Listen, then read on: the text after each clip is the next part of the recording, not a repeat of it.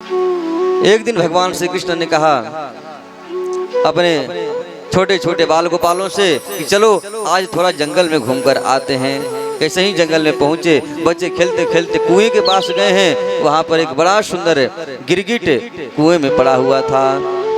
बार बार प्रयास किए उस गिरगिट को निकालने की, लेकिन जब नहीं निकल पाए अंत में भगवान के पास गए। जाकर बोले कि प्रभु एक बड़ा सुंदर गिरगिट कुआं में गिरा हुआ है लेकिन निकल नहीं पा रहा है।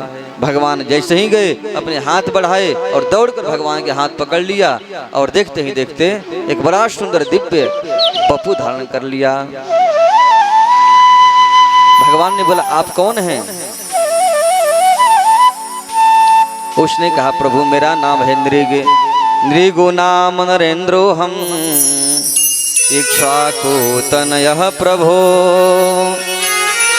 दानिष्वाख्यायमानेषु यदि ते कर्णमस्पृशम्।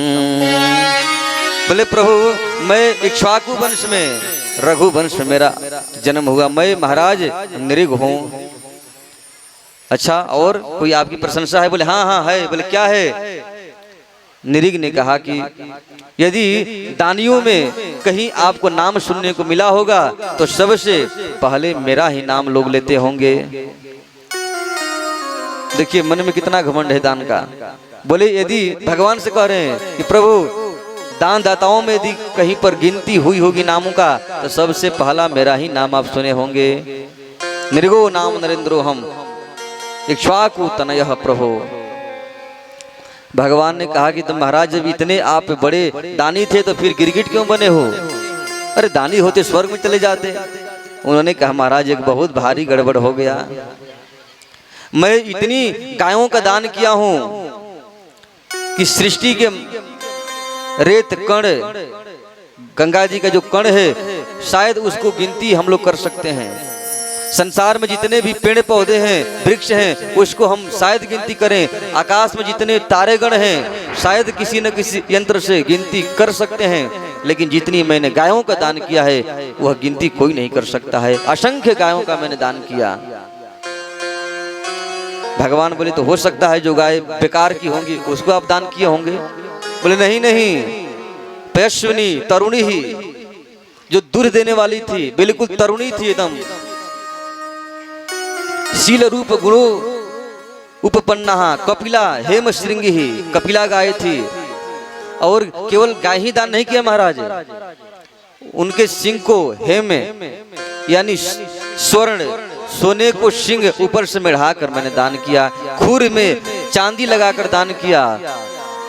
मैंने बहुत गायों का दान किया। बोले फिर क्या हुआ? बोले एक दिन एक घटना घट गई। अब करोड़ों गायों को प्रतिदिन मैं दान कर रहा था और जिस गाय को मैं दान किया था वह गाय उस ब्राह्मण देवता से भागकर पुनः मेरी गौशाला में आकर मिल गई और मैं गलती से उसी गायों को फिर किसी अन्य ब्राह्मण को दान कर दिया।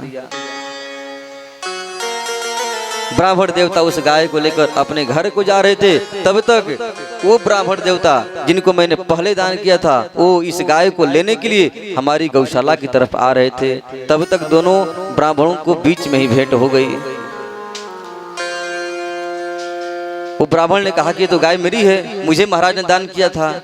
और ये ब्राह्मण देव ने कहा कि नहीं नहीं, अभी मैं तुरंत लेकर आ रहा हूँ, मुझे महाराज ने दान किया है।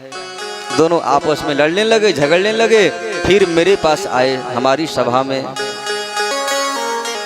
मैं बड़ा धर्म संकट में पड़ गया। अब मैं क्या करूं?